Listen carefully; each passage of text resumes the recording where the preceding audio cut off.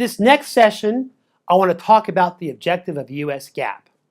If I just go back for a second to the US elections and talk about Donald Trump, one of the questions that everybody had is how much money does President Trump have? One thing you'll notice is that information was not publicly available. And in the United States, our view is that your financial data of companies that you own is private. If I ask the typical European who prepares accounts under US GAAP, they will say US companies. That's actually incorrect. The only time you prepare accounts under US GAAP is if you're under the SEC regulation, you're listed.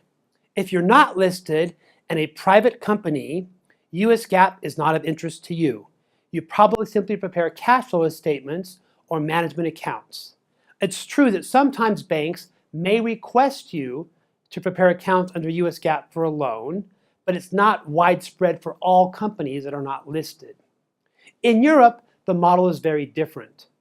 The concept in Europe is if you want to have a company and that company has limited liability, whereas the owner is not liable if the company goes broke, a cost of that is your company's data must be in the public domain.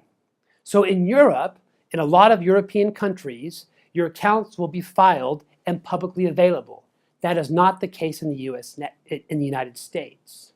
So historically, IFRS was trying to be available for a whole range of users, from a small company or a small corner shop to a large company like Coca-Cola. And obviously it's very difficult to have one set of standards for such a wide range of users. What IFRS has tried to do is come together and converge with US GAAP. It's very difficult to have two sets of standards that are very different. So what has happened about 10 years ago, IFRS decided to redo their objectives. Because initially, the objective of IFRS was to make financial statements for a lot of different purposes, for a wide range of users, from employees to the banks to tax authorities. And what they decided to do is to have one set of standards with pretty much the same objective as US GAAP. And the objective in US GAAP is basically for capital markets. So in IFRS, they had two sets of standards. IFRS for SME, small and medium enterprise, the name is actually wrong. Because what they actually mean is for companies that don't have public accountability and who publish their financial statements for general purpose users.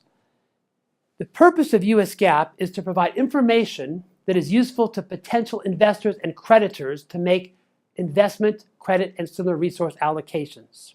So by IFRS changing their approach to have one set for capital markets and one set for SMEs, or non-listed entities is probably a better description, we are now in a position for US GAAP and IFRS to come together. That's a little bit about the background of the objective of US GAAP. Thank you.